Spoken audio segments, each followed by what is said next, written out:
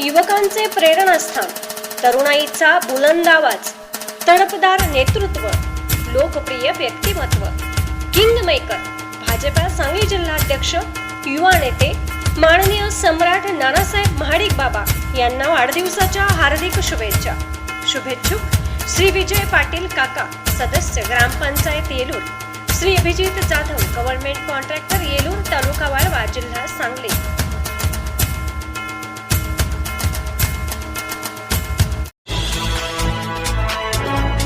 आपण पाहत आहात सत्याची बाजू मांडणारं हक्काचं न्यूज चॅनल M24 तास.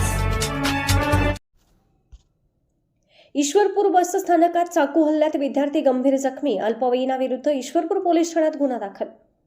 ईश्वरपूर बस स्थानक परिसरात जुन्या वादाच्या पार्श्वभूमीवर एका अल्पवयीन विद्यार्थ्यावर धारदार चाकूने हल्ला केल्याची खळबळजनक घटना दिनांक 18 रोजी सकाळी 8:30च्या सुमारास घडली.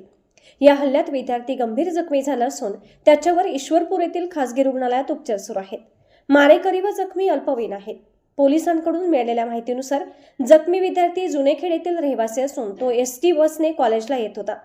बस ईश्वरपूर बसस्थानकात दाखल होताच नवेखेड येथील एका अल्पवयीनाशी त्याचा वाद झाला. यापूर्वी झालेल्या भांडणाचा व मोबाईलवरील संभाषणाचा राग मनात धरून संबंधित अल्पवयीनाने विद्यार्थ्याला शिवीगाळ करत अचानक धारदार चाकूने मानेजवळ, पाठीवर व काखेत वार केले. बसस्थानकासारख्या गजबजलेल्या ठिकाणी हा थरारक प्रकार घडूनही तत्काळ मदत किंवा पोलिसांची उपस्थिती नसल्याने संताप व्यक्त होत आहे. हल्ल्यानंतर मोठ्या प्रमाणात रक्तस्राव झाल्याने जखमी विद्यार्थ्याने स्वतः नातेवाईकाला फोन करून घटनास्थळी बोलावले. त्यानंतर त्याला तातडीने खासगी रुग्णालयात दाखल करण्यात आले.